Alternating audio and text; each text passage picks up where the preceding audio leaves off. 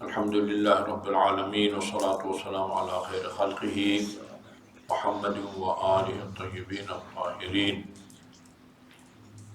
واللعن الابدی علی اعدائهم اجمعین اما بعد فقال اللہ الحکیم بسم اللہ الرحمن الرحیم وهو القاہر فوق عباده يرسل علیکم حفظة حتى اذا جاء احدکم الموت توفته رسلنا وهم لا يفرطون۔ یہ قرآن کی بہت ساری آیات میں یہ اشارہ ملتا ہے، اشارہ کیا بلکہ واضح طور پر بتایا گیا ہے، اسی طرح روایات میں بھی کہ اللہ تعالیٰ نے کچھ فرشتوں کو کہ ہماری حفاظت کے لیے ہماری حفاظت کو فرشتوں کی ذمہ داری لگائی ہے، فرشتے ہماری حفاظت کرتے ہیں۔ یہ آیت ہے هو القاہر فوق عبادہ، اللہ تعالیٰ اپنے تمام غلبوں پر بندوں پر اس کو غلبہ حاصل ہے، وہ قہار ہے۔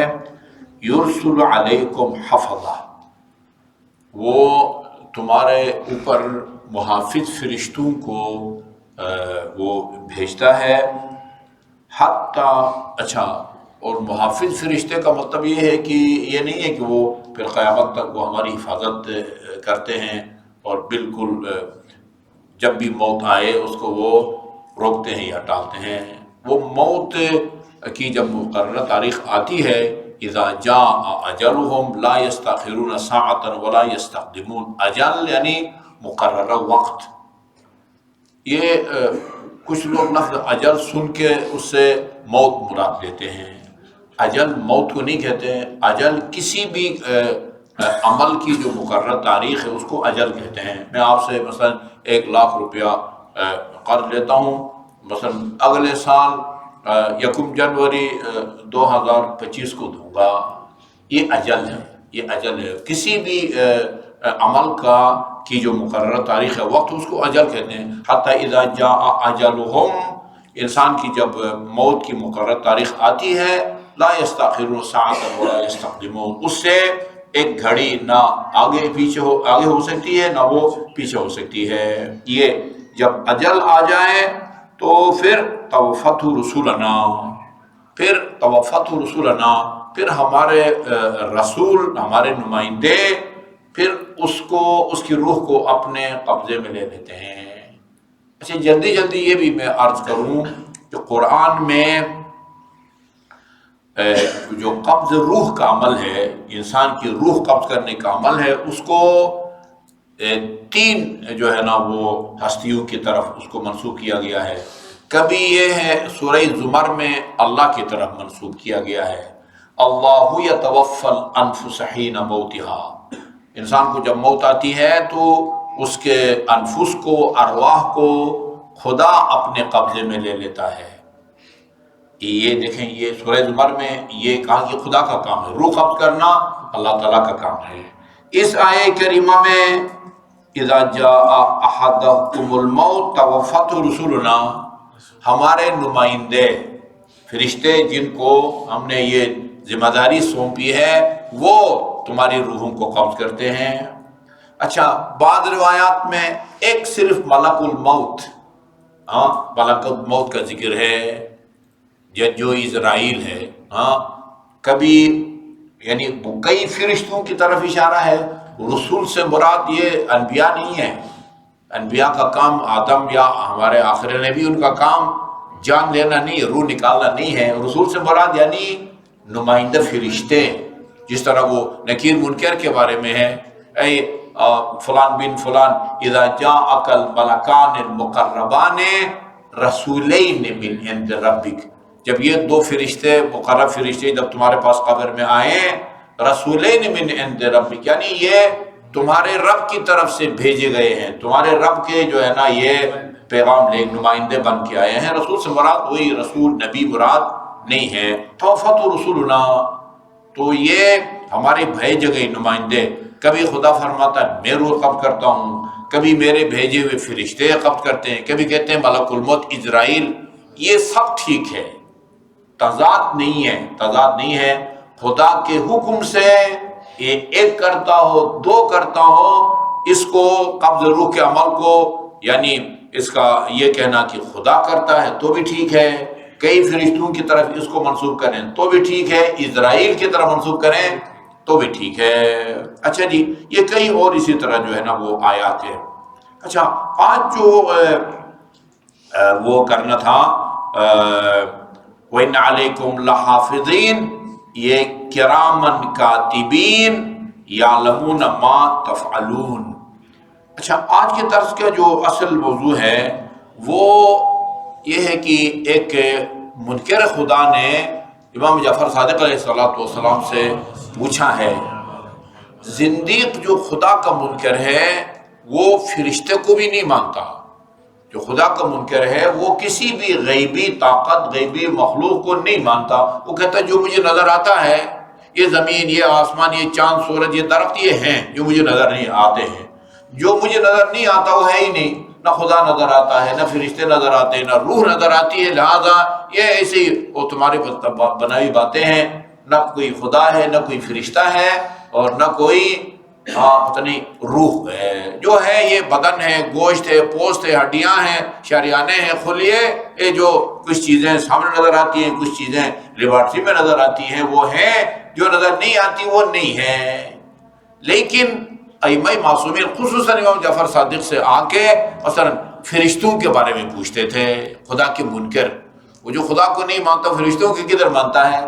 یہ صرف تنقید کے طور پر نا، تنقید کے طور پر جو ہے نا، یہ طنز کے طور پر یہ آ کے پوچھتے تھے فرشتے اپنا، یہ وہ زندیق اور منکرین خدا۔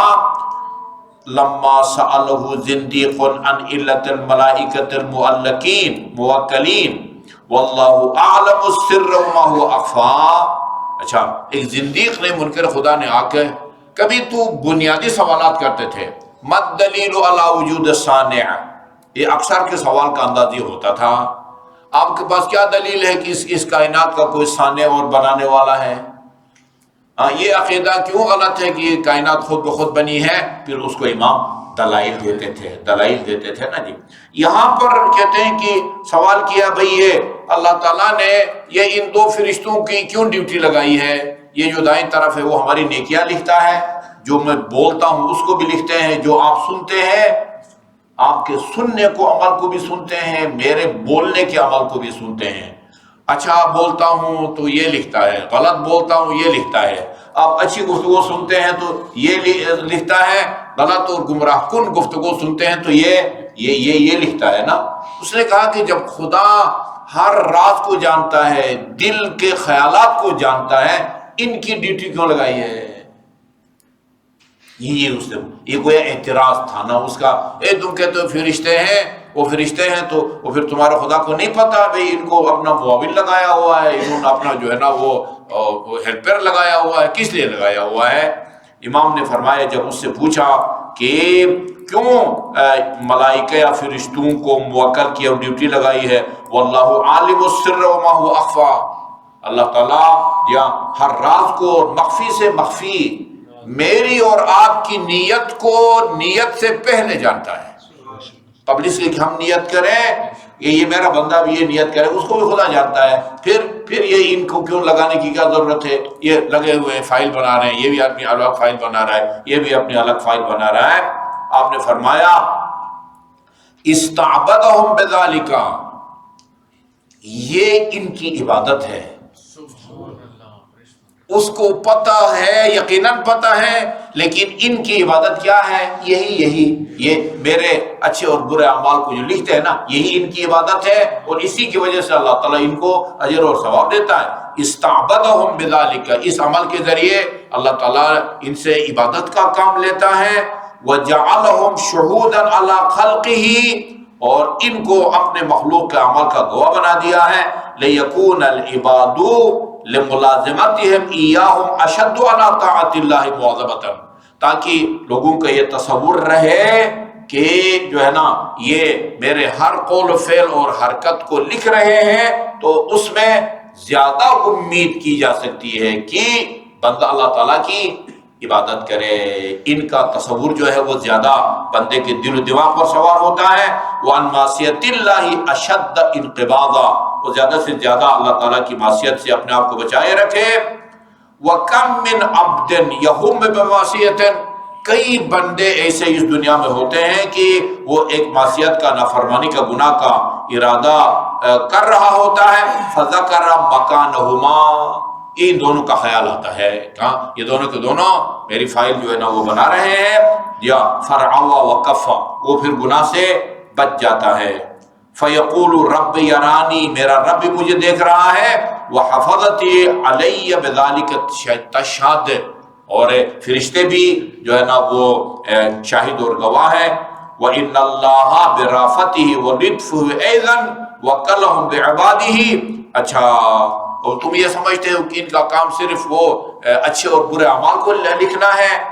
اور بھی کام کرتے ہیں یہ، جس میں اللہ تعالیٰ کے جب بندوں کا فائدہ ہے، اللہ تعالیٰ جو ہے نا وہ اپنے لطف و کرم سے بندوں پر ان کی ڈیوٹی لگائی ہے، موکل کر دیا ہے۔ یذبون عنہم مردۃ الشیطان، یہ سرکش قسم کے شیاطین کو بھی ان کے قریب آنے سے روکتے ہیں۔ صرف اعمال لکھنا ان کا کام نہیں ہے، شیاطین کو اتنے قریب کے آنے سے بھی روکتے ہیں۔ یا وہ حوام الارض ہے، یہ عجیب ہے، یہ زمین کے کیڑے مکوڑوں کے شر سے بھی یہ دونوں صرف اعمال نہیں لکھتے بلکہ کیڑے مکوڑوں کے شر سے بھی بچاتے ہیں۔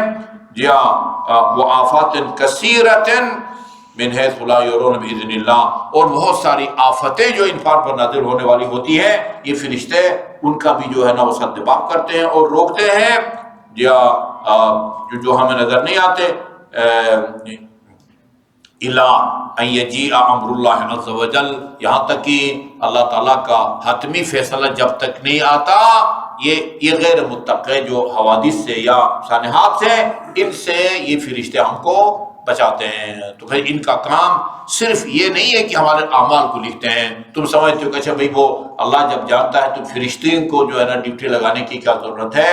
ایک تو یہی ان کا عمل عبادت ہے، نمبر دو وہ پھر شیاطین کے شر سے بھی بچانے میں مدد دیتے ہیں، اور آفات اور جو ہے نا وہ سانحات اور حوادث سے بھی ہم کو بچاتے ہیں۔ وصلی اللہ علی محمد وآلہ الطیبین الطاہرین۔